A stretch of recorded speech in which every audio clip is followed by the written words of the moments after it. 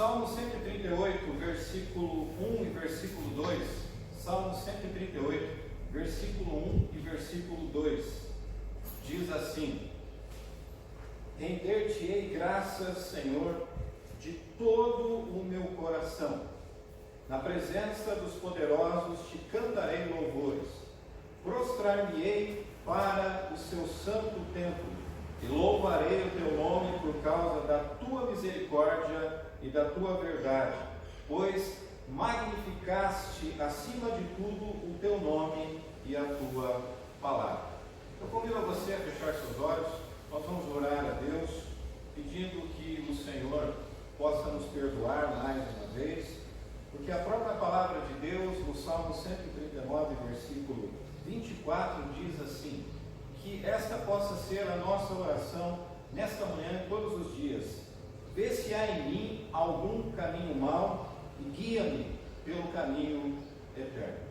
Com certeza há caminho mau, e nós precisamos orar a Deus pela misericórdia dele todos os dias. Vamos orar? Vamos fechar nossos olhos? O presbítero Mário vai orar, e nós, como igreja, de forma coletiva e de forma individual, como indivíduo que somos, nós temos muito a confessar diante de Deus e pedindo a Ele que, mais uma vez, Ele possa perdoar os nossos pecados, perdoar as nossas falhas. Vamos orar? Querido Deus, nós te louvamos, Deus, porque nós sabemos que as tuas misericórdias se renovam a cada manhã em nossas vidas, Deus. E nesta manhã nós queremos te render graças e glória, ó Deus, porque o Senhor nos alcançou, Senhor, porque o Senhor nos concedeu a salvação de graça que nós não merecíamos. Por isso nós te louvamos, ó Deus, te agradecemos por esta igreja, por cada irmão que entrou nesta igreja, ó Deus, nesse tempo. Que o Senhor possa estar abençoando, Senhor. Que o Senhor possa, ó Deus, estar falando a cada coração. Que a tua palavra penetre, ó Deus, e nos livre, Senhor, de toda a preguiça, de todo o desânimo, ó Deus, em estudar e aprender a tua palavra. E nos aproximarmos mais de ti. É assim que nós oramos em nome de Jesus. Amém. Amém. Louvado seja Deus. Abra sua Bíblia agora em Êxodo, capítulo 23. Êxodo 23.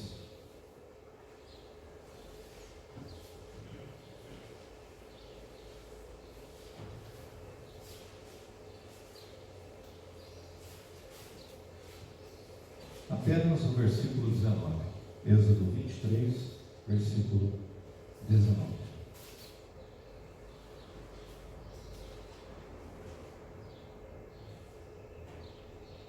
O texto diz assim: as primícias dos frutos da tua terra trarás à casa do Senhor teu Deus. Apenas a parte A do versículo 19.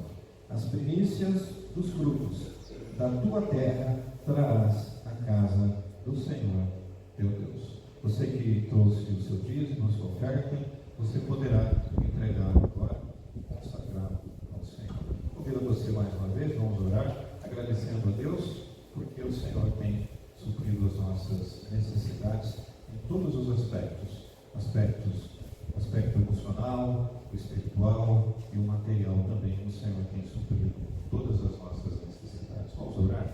Pai, nós te agradecemos, ó Deus, porque nós podemos e temos o privilégio, Senhor, em forma de gratidão, em forma de louvor, em forma de honra ao teu santo nome, nós podemos ofertar, Senhor, podemos dizimar, Senhor, que tudo seja usado para a manutenção desta casa de oração, para a evangelização. Nós também oramos, ó Deus, para os recursos que são enviados para o presbitério, para a Igreja Nacional, que tudo seja usado para o louvor da sua glória, Senhor. O Senhor abençoe o seu povo, como o Senhor sempre tem feito, Pai, que possamos, num ato de gratidão ao teu santo nome, nós possamos, num ato com alegria nos nossos corações, nós possamos dizimar e possamos ofertar, e que possamos colocar as nossas vidas também diante do teu altar, Deus, como oferta, e que o Senhor possa receber isso, Deus, como forma de louvor e de gratidão. É no nome de Jesus que nós oramos e consagramos tudo que foi levantado aqui nesta manhã, e também os irmãos que têm feito as transferências, o depósito bancário. Nós também te agradecemos pela vida de cada um deles, ó Pai. Nos lembramos também dos irmãos e das irmãs, dos membros dessa comunidade de fé, que ainda não puderam fazer isso, Senhor. Nós colocamos essas vidas diante do teu altar, e que eles possam, dentro em breve, juntamente com todos nós, possamos participar de forma coletiva, como igreja, desse momento tão importante da vida da igreja, porque simboliza a nossa gratidão e o nosso louvor, porque o Senhor cuida do seu povo. É no nome de Jesus que nós oramos agradecidos. Amém. Enquanto nós continuamos louvando a Deus, você trouxe a sua oferta, você poderá entregá-lo aqui como um ato de gratidão ao nosso Deus.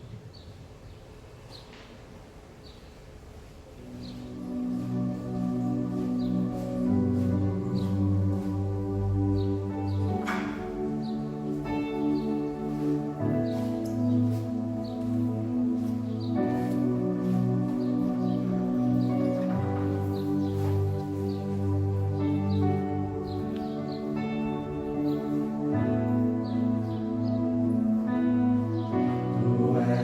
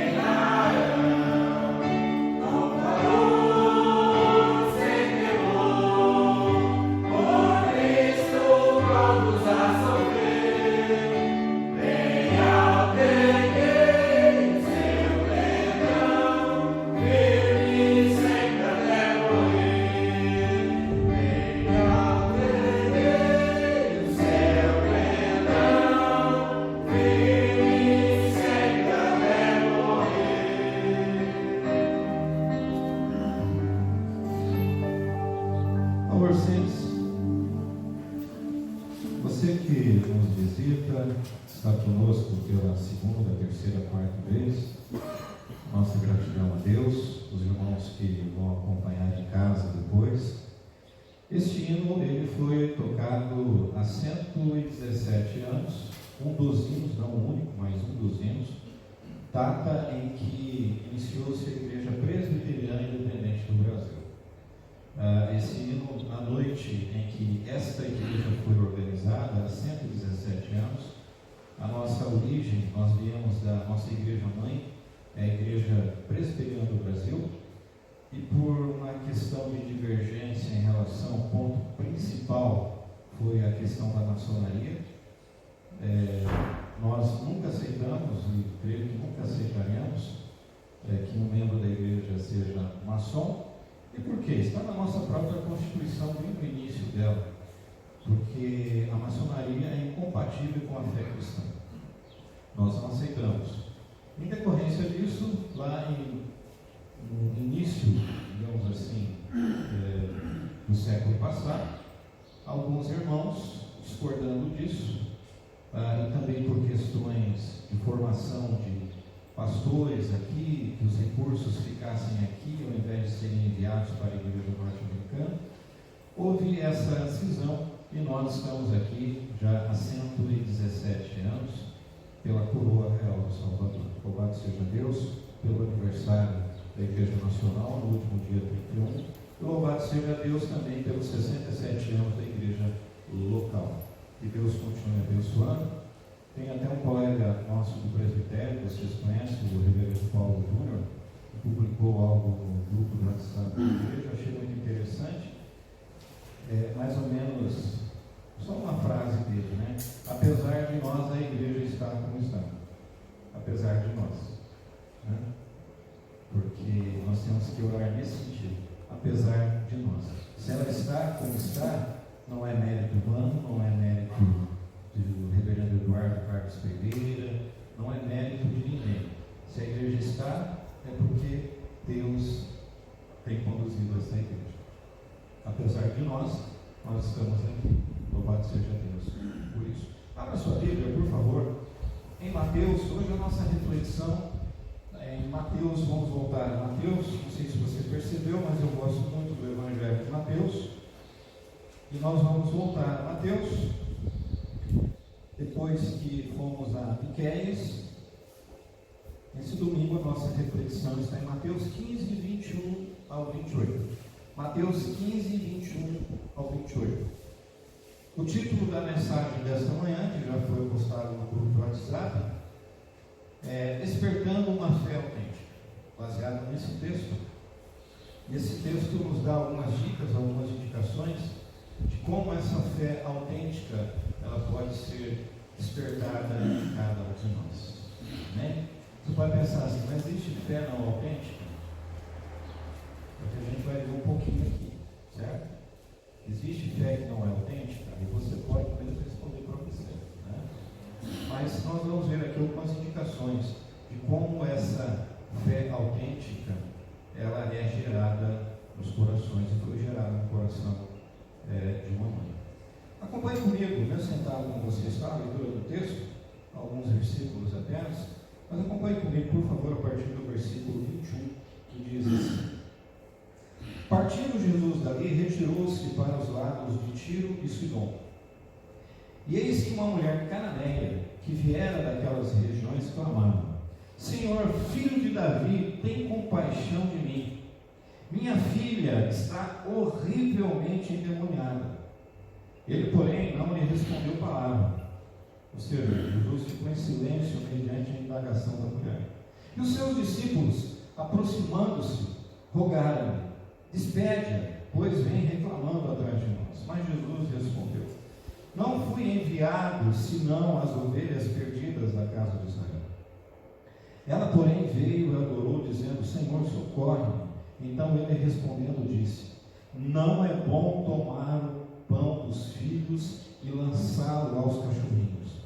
Ela, contudo, replicou: Sim, Senhor, porém os cachorrinhos comem das migalhas que caem na mesa dos seus donos. Então lhe disse Jesus: Ó mulher, grande é a tua fé. Lembrando que essa mulher era cananeia. Jesus diz para ela assim: ó mulher, grande é a tua fé, faça-se contigo como queres. E desde aquele momento sua filha ficou sã. E aqui só um detalhe, acrescento eu, a Escritura não diz isso. A filha não estava com ela. Jesus não colocou a mão na cabeça, fez um liquidificador na cabeça dela, nada disso, qual o seu nome, saia, nada disso. Provavelmente ela estava em casa e ela foi curando. Fica esse ensino para nós, esse alerta nos dias de hoje, ok? Vamos orar, fechar nossos olhos, vamos orar a Deus, pedindo que o Senhor nos ajude mais uma vez na exposição da sua palavra. Pai, estamos diante da tua palavra e te pedimos que o Senhor nos ajude para que possamos entender a tua palavra, Senhor, para que a tua palavra encontre um terreno muito fértil nos nossos corações e que a tua palavra possa ser estendida às nossas mãos para que possamos colocar em prática aquilo que o Senhor vai falar conosco nesta manhã. É no nome de Jesus que nós oramos agradecidos. Amém. Amém?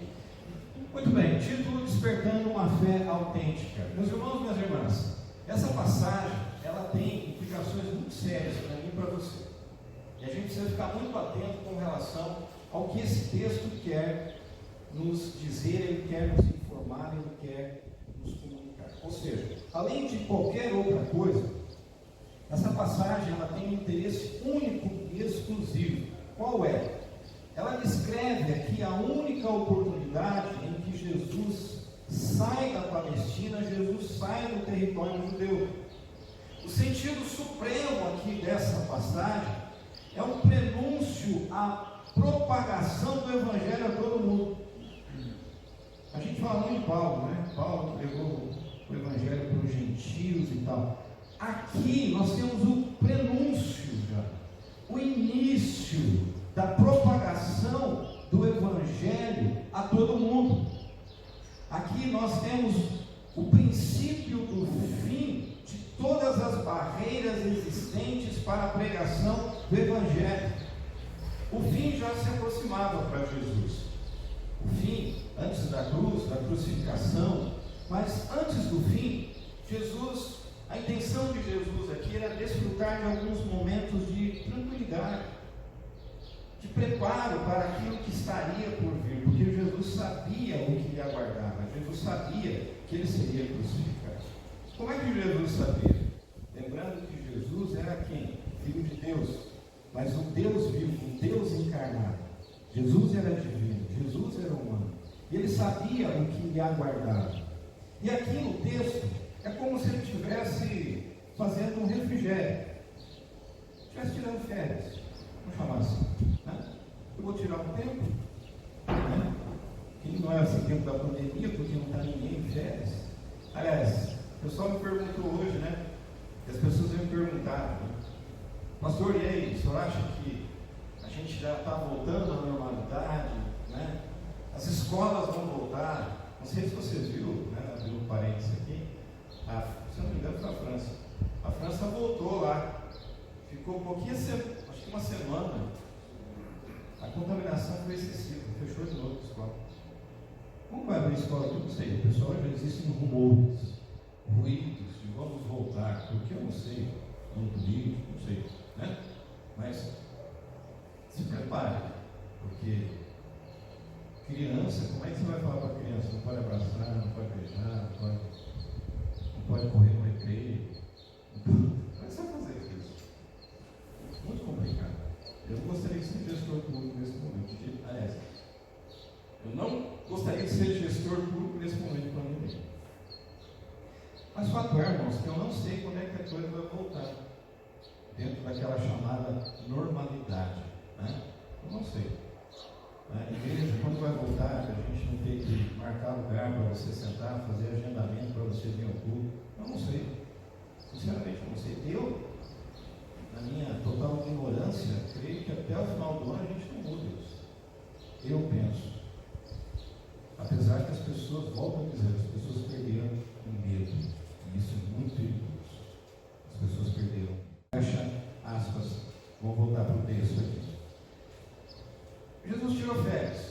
Basicamente é isso que o texto está querendo dizer antes do fim, para ele poder se preparar. Só que na Palestina não havia nenhum lugar que ele pudesse fazer isso, porque Jesus ficou famoso. E Jesus também, além de ter essa fama, e essa fama no certo sentido foi prejudicial, porque tinha gente atrás de Jesus também. Então isso lá na Palestina seria impossível Jesus ter esse tempo de tranquilidade, esse tempo de refrigério, esse tempo para ele poder se preparar um pouquinho mais. Ele não tinha isso não era possível na Palestina. De maneira que ele se dirige ao norte através da Galiléia, até chegar às terras ali de Tiro e Sidom, que era habitada pelos fenícios. Está certo? Está certo. Habitada pelos fenícios. E ao menos ali durante um tempo ele estaria a salvo de quem? Da hostilidade dos mestres, dos escribas, dos fariseus e também da perigosa popularidade que ele tinha com o povo. Porque para onde ele foi, nenhum judeu estaria disposto a seguir no território de gentil. Agora eu não vou. E essa passagem mostra Jesus procurando esse período de tranquilidade antes daquele total alvoroço que ele sabia que haveria de acontecer. Só que mesmo estando num território estrangeiro, mesmo não estando ali na Palestina, Jesus não conseguiu fugir do clamor da necessidade humana, porque ali havia uma mulher que tinha uma filha, segundo o relato bíblico, uma filha extremamente doente. De algum modo, essa mulher, percebam como a popularidade de Jesus, ela foi além das fronteiras, daquilo que Jesus já havia realizado. E essa mulher, ela ouviu falar de Jesus, das coisas maravilhosas que Jesus podia fazer, e ela seguiu a Jesus e aos seus discípulos, rogando, clamando de forma desesperada, para que Jesus pudesse ajudar a sua filha. Não é isso que os pais fazem? Não é isso que a gente faz? A gente, vou usar uma expressão muito nossa, muito popular, a gente não faz das tripas do coração com relação aos nossos filhos, a gente faz. E essa mulher não é diferente. E ela vai além disso. Ela vai em busca a Jesus de forma desesperada para que Jesus a ajudasse. Só que o relato bíblico é muito interessante, porque a princípio Jesus não dá atenção para essa mulher.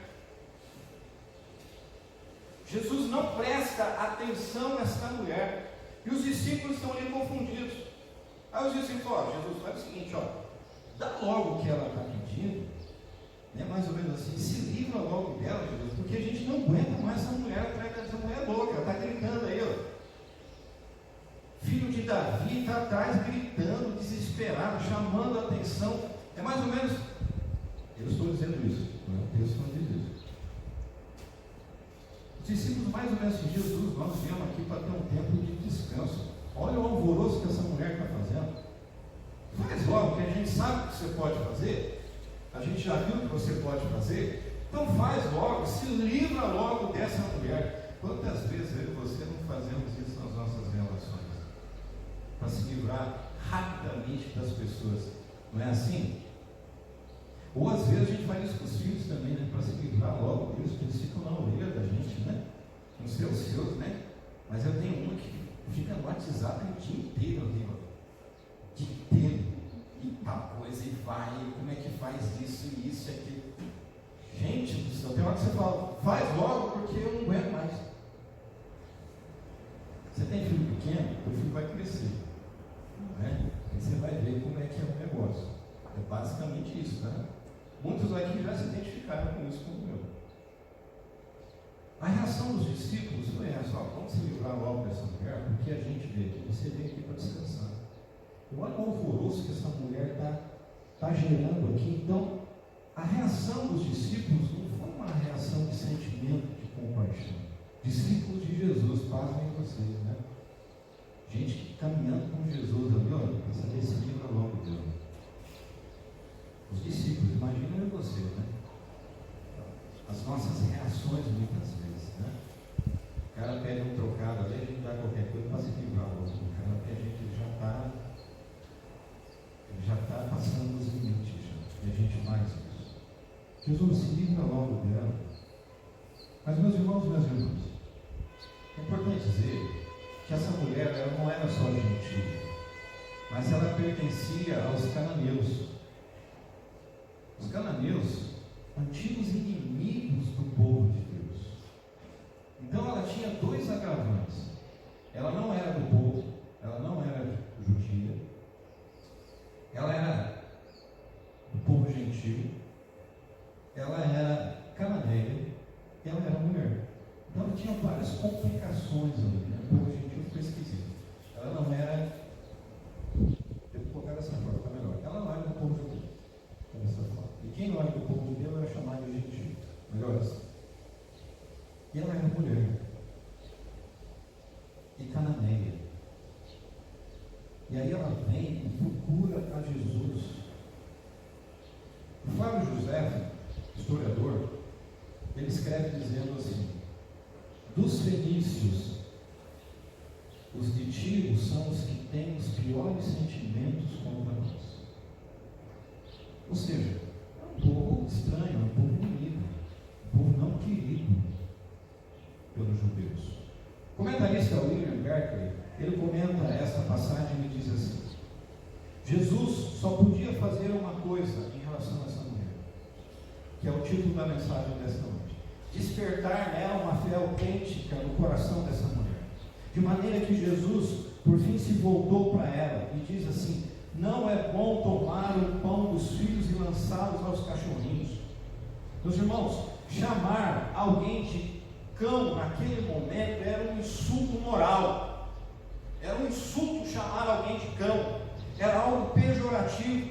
Os judeus falavam com uma arrogante insolência de os cães gentios, os cães infiéis, e mais adiante se referiram, segundo William Berkeley, também aos cães cristãos. Ou seja, os cães naquele momento, não é igual hoje você tem seu cachorrinho na sua casa, aquela coisa e tal, você tem. Os cães eram tidos como animais sujos, animais de rua, animais fracos, selvagens, doentes. E em segundo lugar, esse comentarista diz que aqui é empregado o diminutivo de cães, em grego, cunária. E os cunária não eram os cães vagabundos, mas os cães dos ricos de madame, muitos distintos dos vira-latas que assolavam as ruas e reviravam os lixos. A mulher era grega, de rápida percepção, e com o pensamento dos gregos ela vai e responde a Jesus: sim, respondeu, porém os cachorrinhos comem das migalhas que caem da mesa dos seus donos. E aí esse comentarista diz: e os olhos de Jesus se iluminaram de alegria ao perceber uma fé tão indomável, que lhe otorgou a bênção e a saúde que tanto desejava. O que nós aprendemos aqui com essa mulher? Para que haja esse despertar da fé autêntica. Primeiro, essa mulher tinha amor. Essa mulher tinha amor. O escritor Bengel diz a respeito dela: ela fez sua a miséria da sua filha. Ela fez sua a miséria da sua filha. Ela era pagã, ela não pertencia ao povo de Deus, mas o seu coração estava com esse amor por sua filha, que sempre é o reflexo do amor de Deus por suas criaturas. Foi o amor que fez com que essa mulher se aproximasse desse estrangeiro, desse desconhecido. Foi o amor que fez com que ela aceitasse o silêncio da parte de Jesus e continuasse com a sua súplica, com o seu clamor diante de Jesus. Foi o amor que fez com que essa mulher suportasse essa humilhação sofrida naquele momento. Foi o amor que fez com que essa mulher fosse capaz de ver a compaixão por detrás das palavras de Jesus. A força impulsionadora do coração dessa mulher era o amor por sua filha, porque ela fez sua a miséria de sua filha. E não há nada mais forte, meus irmãos e minhas irmãs, e mais perto de Deus do que esse amor. Sentir a miséria do outro como sendo a sua própria miséria. Isso é amor. despertar da fé autêntica aconteceu no coração dessa mulher, porque ela tinha amor. Segundo, ela tinha fé, e era uma fé que cresceu com o contato com Jesus, porque primeiro ela chama Jesus de filho de Davi, e filho de Davi é um título bem popular naquela época, político, era um título que considerava Jesus uma pessoa, um ser humano, alguém que poderia fazer grandes milagres, milagres poderosos. Ou seja, ela via Jesus inicialmente em termos terrenos, ou seja, é como se ela tivesse, como muito crente faz até nos dias de hoje, né?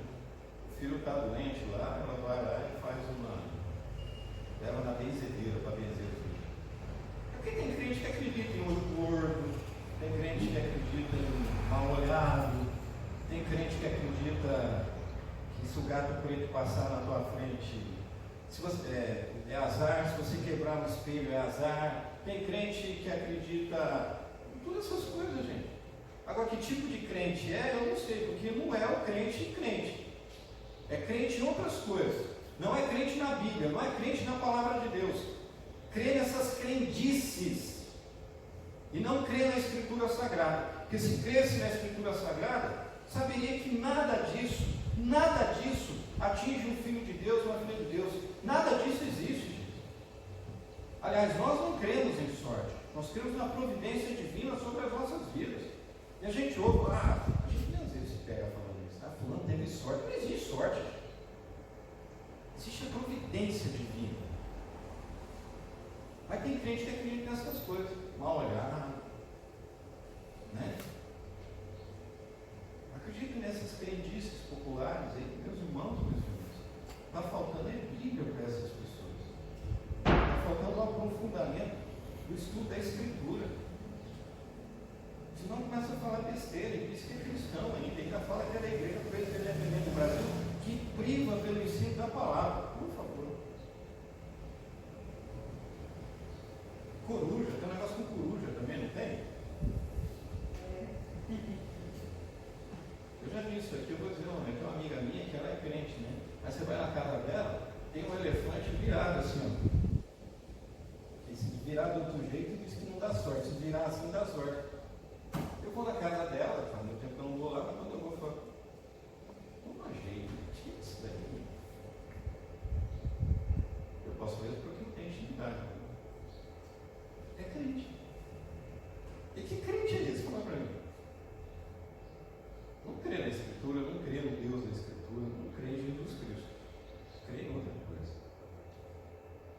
Meus irmãos, minhas irmãs, essa mulher se aproximou de Jesus como se estivesse se aproximando de alguém que poderia, de uma certa forma, com toda a superstição, né, fosse alguém que fosse um mago, alguém que poderia fazer alguma coisa. Só que ela termina chamando Jesus de Senhor. Senhor. É como se Jesus a tivesse obrigado a olhá-lo e a mulher tivesse visto nele algo que ela não podia expressar em termos terrenos, mas ela sabia que existia, quando ela olha para Jesus, existia algo divino. O texto não diz isso, mas eu ouso dizer isso, eu estou dizendo isso. Ela percebe algo de divino em Jesus. Ela começa chamando Jesus de uma forma e termina chamando Jesus de Senhor. E era justamente isso que Jesus queria suscitar no coração daquela mulher, antes de atender o pedido, a súplica daquela mulher. Jesus queria que ela compreendesse que um pedido a um homem deveria converter-se em uma oração ao Deus vivo.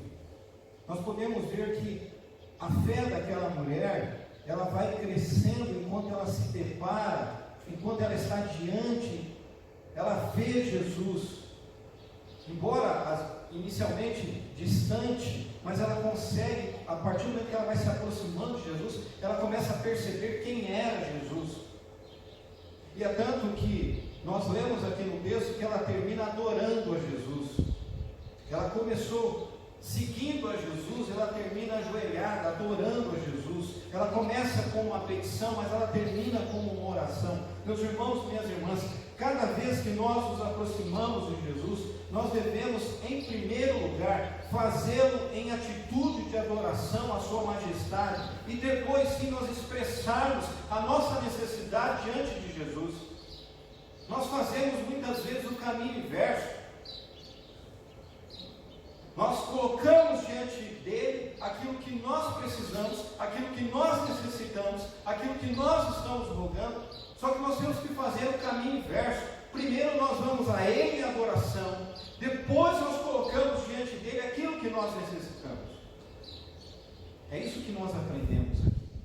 Essa mulher, ela tinha amor, essa mulher, ela tinha fé, e essa mulher tinha algo que nós, como igreja, que comemoramos 117 anos, 67 anos de igreja local, nós que somos cristãos, nós devemos ter todos os dias na nossa vida persistência. Persistência. Essa mulher cananeia, ela nos ensina sobre perseverança.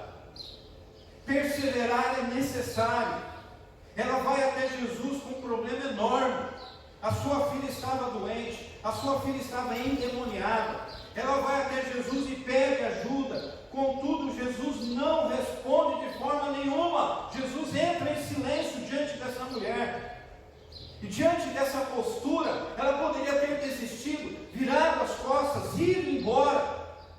Mas ela persevera, ela dá mais um passo na direção de Jesus, para obter a atenção de Jesus. Perseverança, vida cristã sem perseverança é praticamente inexistente. Nós precisamos perseverar, porque às vezes na caminhada cristã, nós somos desafiados ao silêncio de Deus.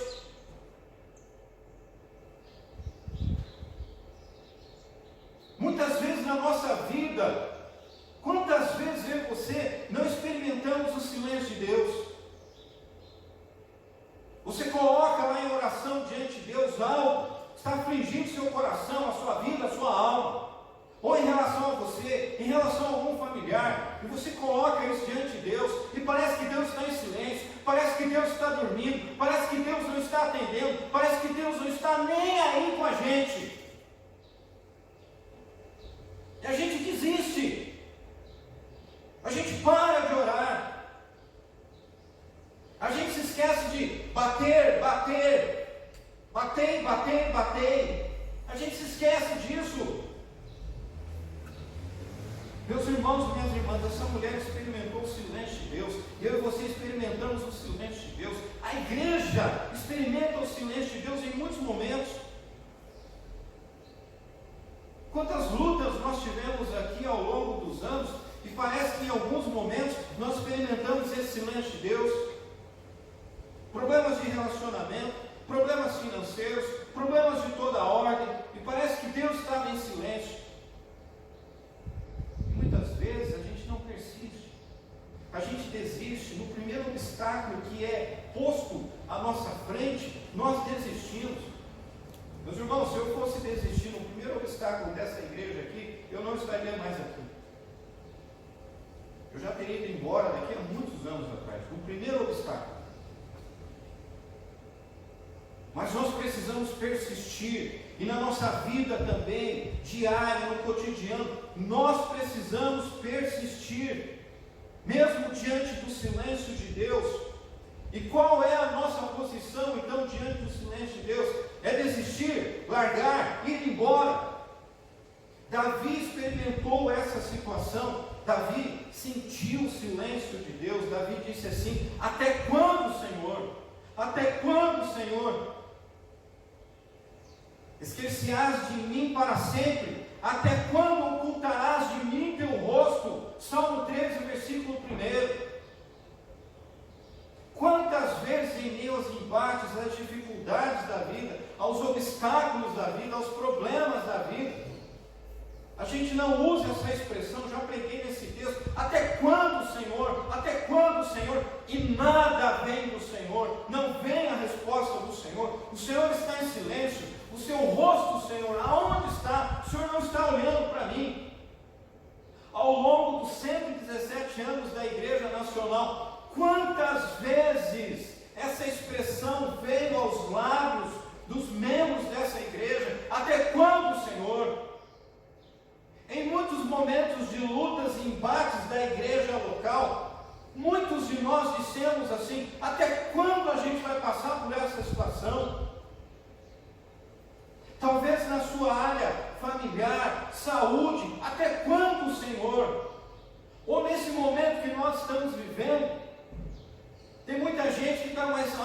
está Deus que Deus não está vendo? Aonde está Deus que Deus não viu tantas mortes de Covid no mundo?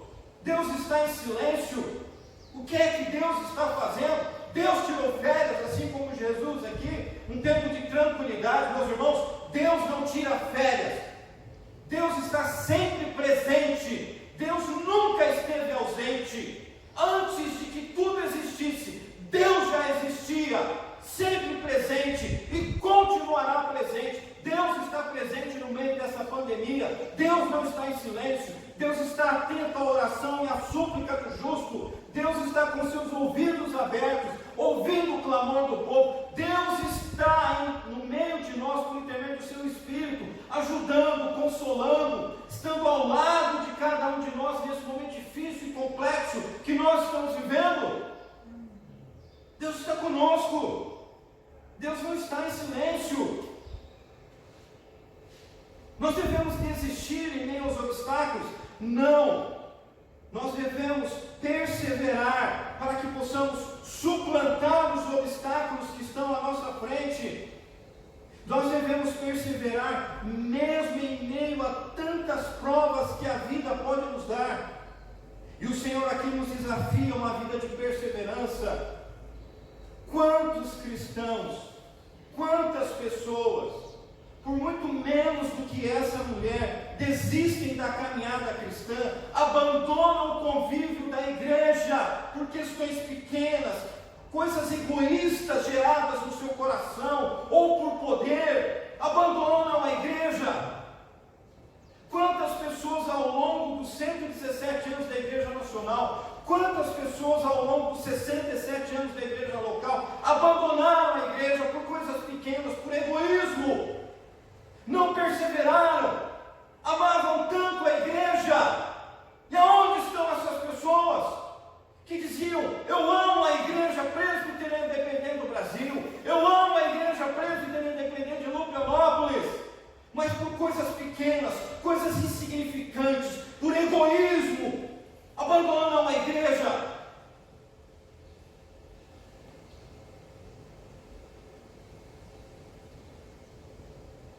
Falta de perseverança. Muitos daqueles que não estão aqui mais nessa comunidade deveriam estar aqui perseverando. Se não gostam de mim, deviam estar aqui perseverando, para que houvesse o que? Perdão, para que houvesse caminhada junto, porque ninguém é obrigado, meus irmãos, a concordar plenamente com o outro, mas a gente tem que conviver. E eu, como pastor da igreja local aqui, conselho, nós nunca colocamos ninguém para fora da igreja. Saíram porque quiseram, porque não perseveraram. Nós estamos perseverando.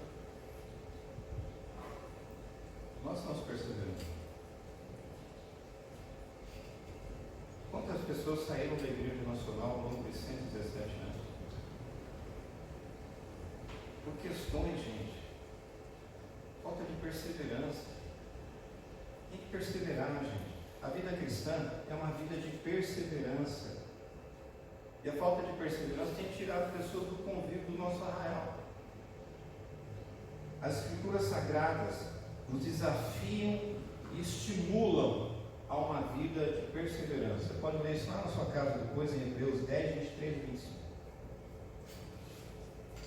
Nós somos desafiados a perseverarmos.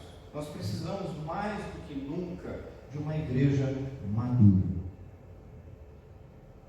Precisamos mais do que nunca de crentes maduros. Precisamos mais do que nunca de crentes que leem e estudam a Bíblia. Precisamos mais do que nunca de crentes que oram a Deus. Precisamos mais do que nunca de pessoas que não trocam o culto de domingo, as atividades da igreja, por outras coisas banais da própria vida. Nós precisamos de cristãos maduros. Chega de leitinho. O leitinho foi lá no início da conversão. Chega de leitinho, é hora de feijoada. feijoada. É hora de sustância. Mas tem crente que está na igreja há 40, 50 anos, está no leitinho ainda. Na minha época era sustagem, hoje eu não sei o que é. Sustagem não. É um outro lá, comprado para a Larissa. Está no leitinho ainda, gente. Não pode ficar no leitinho. Está no leitinho porque não estuda a Bíblia, não ora a Deus. Está no leite. E aí quando vai num embate para conversar com alguém, não tem conteúdo suficiente, é vencido por qualquer vento de doutrina aí, ou entra nos achismos.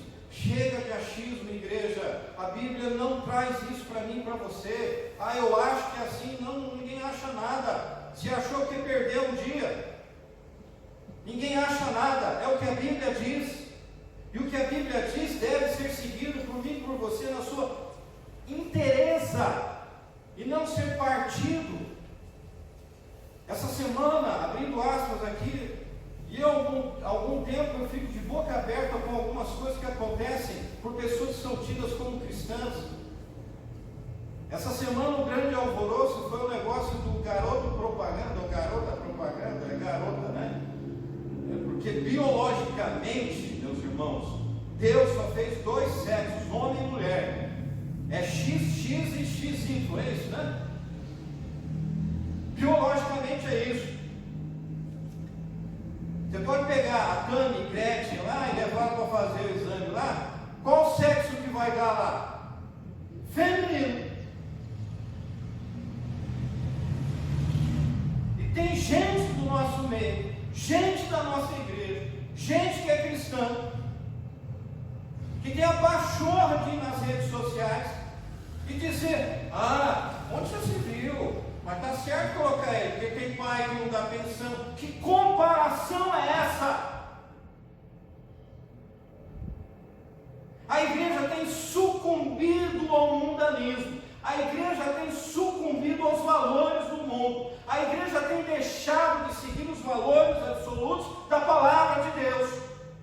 Semana passada falei um pouco de política. Estou falando de um outro tema agora.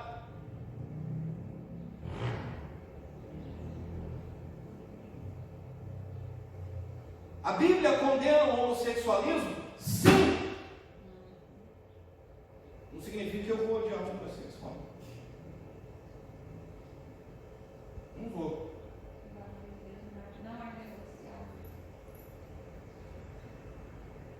Não vou. Agora, eu vou falar para ele o que eu penso. Para ser membro da igreja aqui, não pode ser homossexual. Como não pode ser mentiroso, não pode ser caloteiro, não pode ser isso, não pode ser, né? Não pode. Só que as nossas igrejas estão recheadas de pessoas que oram para os homossexuais, com homofobia. Só que ele é caloteiro, é mentiroso. Uma coisa errada. Farisaísmo, legalismo. A Tami Gretchen é mulher. Pastor, o senhor vai deixar de comprar produtos da Natura? Não. Porque se for assim, eu vou deixar de comprar roupa, sapato e tantas outras coisas, porque é tudo do mundo. Então, né? Eu não sei quem fabricou esse sapato, se o cara é ateu, se ele é à toa, se ele é o que ele é, não sei. Não é? Eu vou deixar tudo com roupa. Mas a Tami Gretchen é mulher.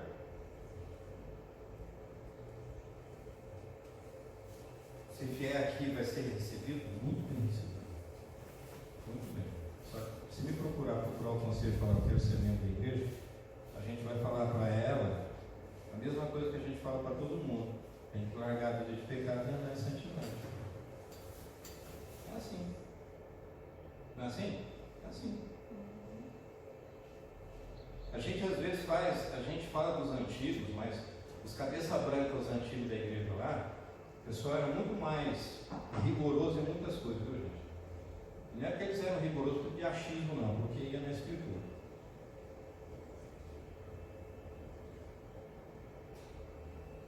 Meus irmãos, minhas irmãs, fecha esse assunto. Somos desafiados por Deus a uma vida de perseverança. Nós precisamos ser uma igreja madura, comprometida com os valores do reino de Deus. Nós precisamos de uma igreja constituída de cristãos perseverantes.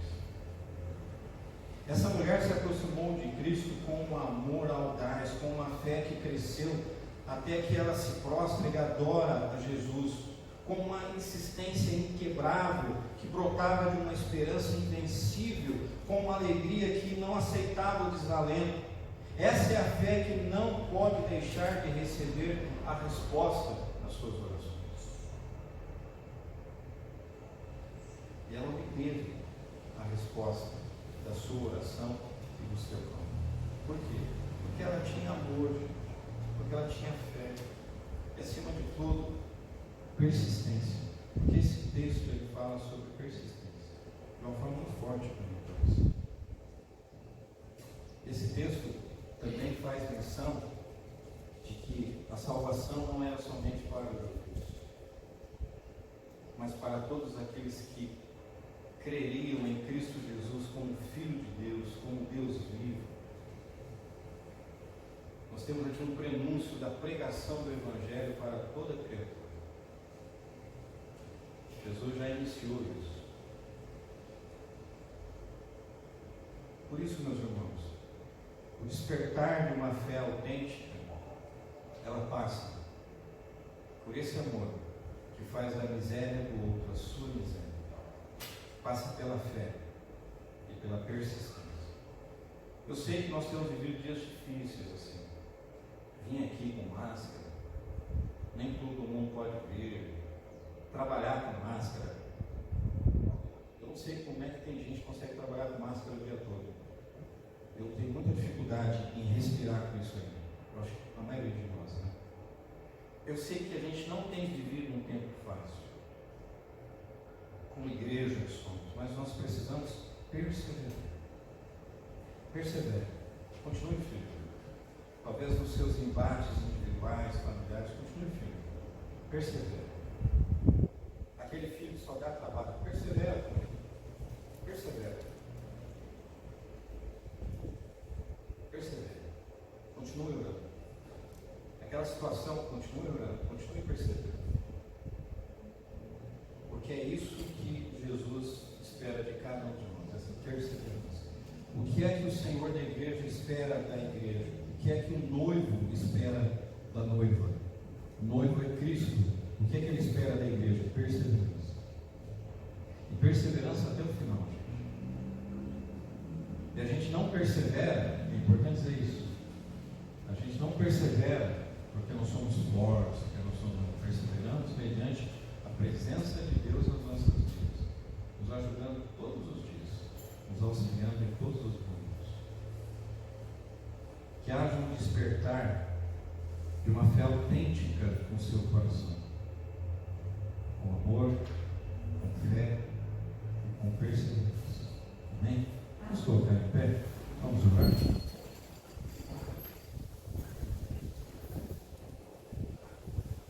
Vou pedir para que o presbítero Elias ore, agradecendo a Deus pela vida de todos que estão aqui. Nos alegramos porque a Zinha está conosco aqui nessa manhã. Esteve afastada alguns dias, mas graças a Deus não era corona, era só uma gripe, né? Oramos a Deus pela vida da Deise também, que passou por um período também difícil, mas já está recuperada. Oramos pelo Sidney, filho do Paulo Devanilde, que fez uma pequena cirurgia ontem, em Londrina, mas já está bem também, correu tudo bem. E oramos por todos aqueles, né, da nossa comunidade, de uma forma especial, que enfrentaram em alguma enfermidade. O Dirceu pegou uma gripe esse tempo atrás também, mas já está bom também. Deus restaurou a saúde dele. E de todos nós, né, dos seus familiares também, e que a gente possa guardar essa palavra no nosso coração. Deus não está em silêncio. Deus não está em silêncio. Deus continua trabalhando. Quando você dorme lá tranquilão, lá e tal, você vai acordar, porque tem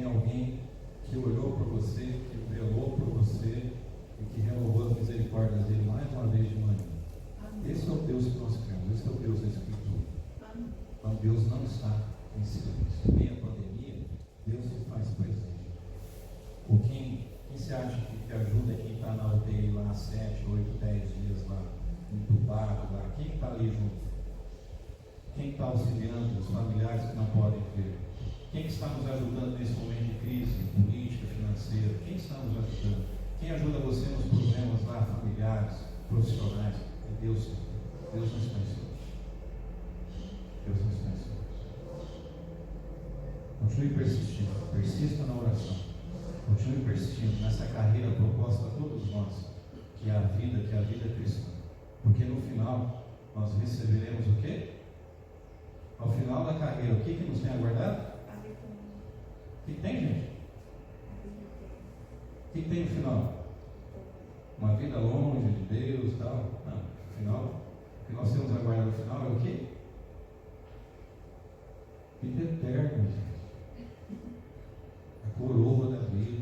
É isso que a gente tem no final. Continue perseverando. Que a igreja local persevere por mais um ano. Que a igreja nacional persevere por mais 117 anos. Louvado seja Deus. Vamos orar.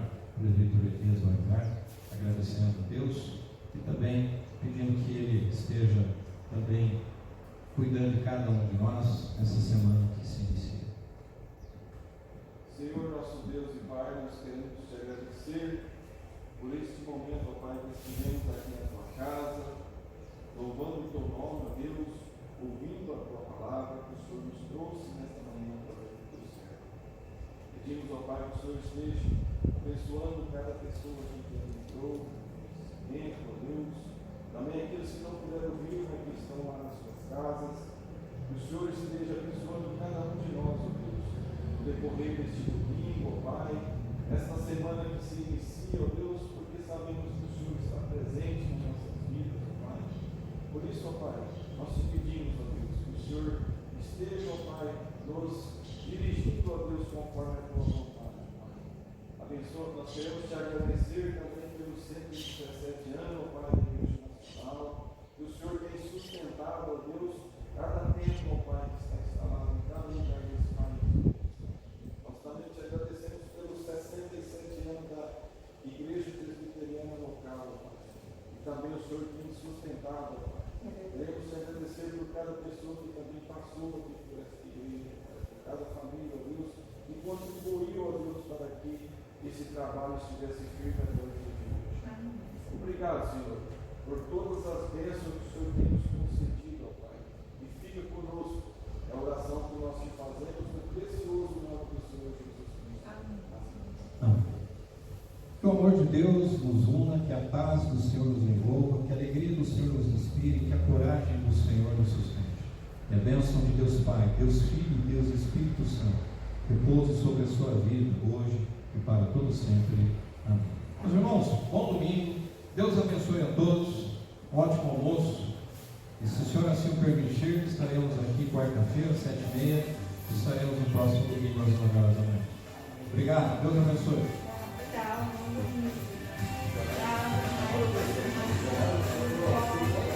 Tudo bem, meu filho?